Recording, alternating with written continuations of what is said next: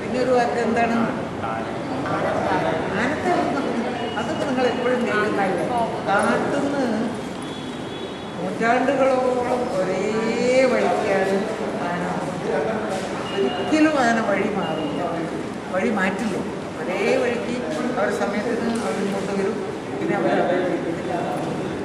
അത് ഒരേ വഴിക്കാണ് ഞങ്ങൾ മനസ്സിലാക്കിയത്. വയനാട്ടിൽ കുടിയേറ്റക്കാർ ഈ വഴിയിൽ അറിയാതെ വന്നിട്ട് തെക്കാറ്റേക്ക് വന്നു വീടുണ്ടാവും.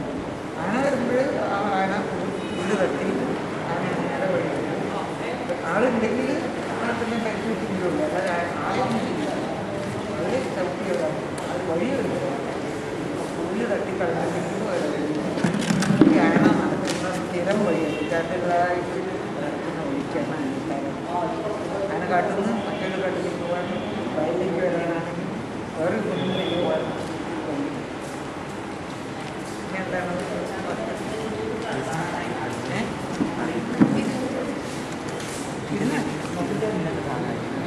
അത് കുറേ ആളുകൾ പറയുന്നത് മറ്റേ കഥ വായിക്കാത്തതുകൊണ്ടാണ്. ഞാൻ 54 പുസ്തകം എഴുതി, 56 പുസ്തകം എഴുതി. അതിൽ 17 എണ്ണം ഉള്ളൂ. ഇല്ല, ആദിവാസിയെ പറ്റി എഴുതിയിട്ട് 4.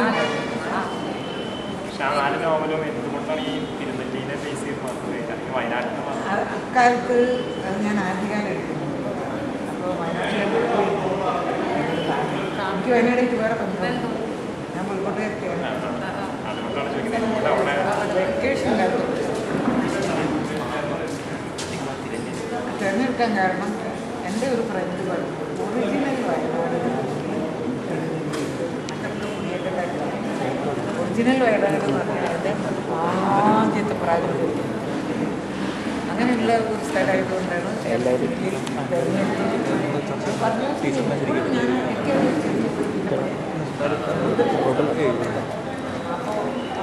അവിടെ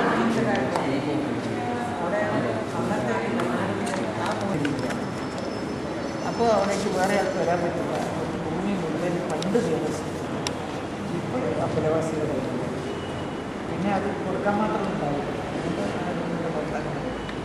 പുറത്തുനിന്ന് വന്ന ആദ്യത്തെ ആളെ വാസ്തവത്തിലാണ്.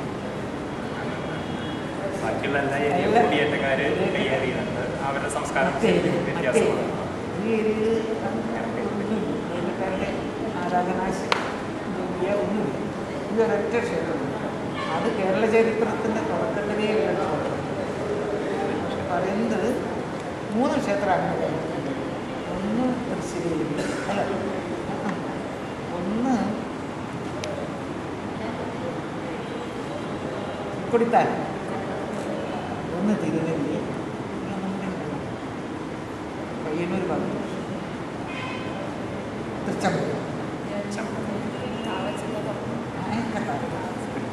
അത് ശിവക്ഷേത്രങ്ങളാണ്. ആദ്യ ദൈവങ്ങൾ ശിവക്ഷേത്രങ്ങളാണ്. പിന്നെ വന്നതൊക്കെ പിന്നെ വന്നത്, പിന്നെ ആര്യന്മാർ വന്നതൊക്കെ അതിന് മുമ്പുള്ള. അപ്പം അങ്ങനെ പൗരാണികതയുള്ള പൗരാണിക ലിപികളുള്ള പൗരാണിക ക്ഷേത്രം ആണത്. കാട് പിന്നെ വന്ന് മൂടിയതാണ് എന്നാണ് ചരിത്രകാരന്മാരുടെ എൻ്റെയൊക്കെ നിരീക്ഷണത്തിലൊക്കെ. ഞങ്ങൾ കാട്ടിലൊക്കെ പോയിട്ടുണ്ടെങ്കിൽ മറിഞ്ഞു പോയിട്ടുള്ള ഒരു നാഗരികതയുടെ പഴയ ആവശ്യങ്ങളാണ്. അതിലൊന്നാണ് ഇടത്തേക്ക് പോയത്. അത് തിരുനെല്ലിയിലല്ല, അത് ഇപ്പുറമാണ്.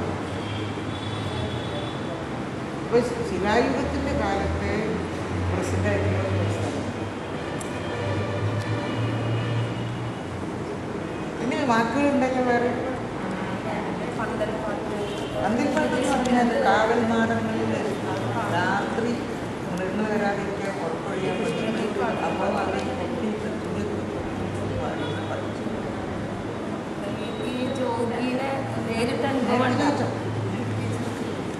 എന്താ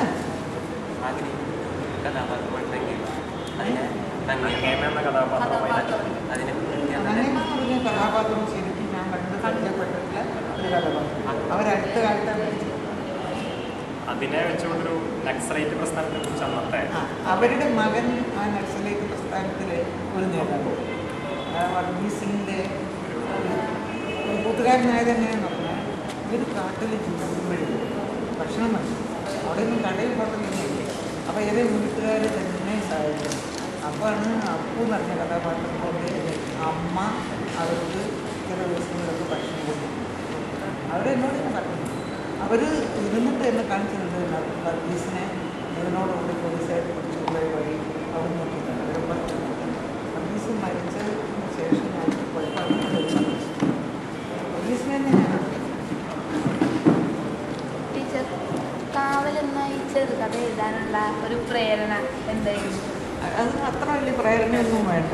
കാരണം ആ നാട്ടിൽ നിങ്ങളെ പ്രായങ്ങളും കുട്ടികളൊക്കെ കന്നുകാലികളെ മേടിച്ചിട്ട് തട്ടിപ്പോകുന്ന ജോലിക്കുള്ളൊരു കുട്ടി എങ്ങനെയെങ്കിലും പരിചയപ്പെട്ടിട്ടുണ്ടോ? ഒന്നൊന്നല്ല, കുറേ കുട്ടികളെ പരിചയപ്പെട്ടിട്ടുണ്ട്. അതിനൊരു കുട്ടി എല്ലാവരും ഈ ഒരു ഇതാണ് അവർ കൃഷിൻ്റെ പുറത്ത് ഇരുന്ന് കളിച്ചിട്ട് പോകും, തിരിച്ചു വന്നിട്ട് പിന്നെ അവർ കടയിലേക്ക് എഴുതിയിട്ടുണ്ട്. പല ഇത്രയുള്ള പിന്നെ എവിടെയെങ്കിലൊക്കെ വയസ്സന്മാരായതുകൊണ്ട് ആശ്വാദത്തിൽ പങ്കിടും കുട്ടികളും. പക്ഷേ എപ്പോഴെങ്കിലുമൊക്കെ പുറത്തേക്ക് താമസിക്കും. അപ്പം ഞങ്ങളൊക്കെ ഇപ്പോൾ മരിച്ചു അടുത്ത മാസം അതിൽ കഥാപാത്രം ശരിക്കും അയാളുടെ പേര് തന്നെ അല്ല.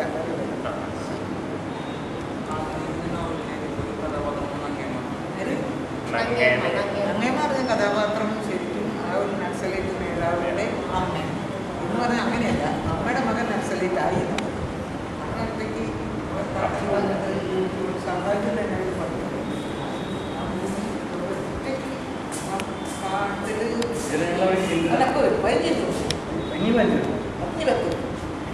അല്ല 5 മിനിറ്റുള്ളൂ. ആയിക്കോട്ടെ 5 മിനിറ്റുള്ളൂ. 5 മിനിറ്റുള്ളൂ.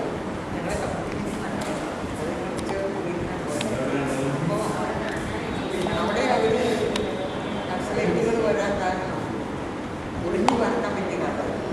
അപ്പോൾ വർഗീസിന് ഞാൻ അതിൽ പറ്റുന്നതിൻ്റെ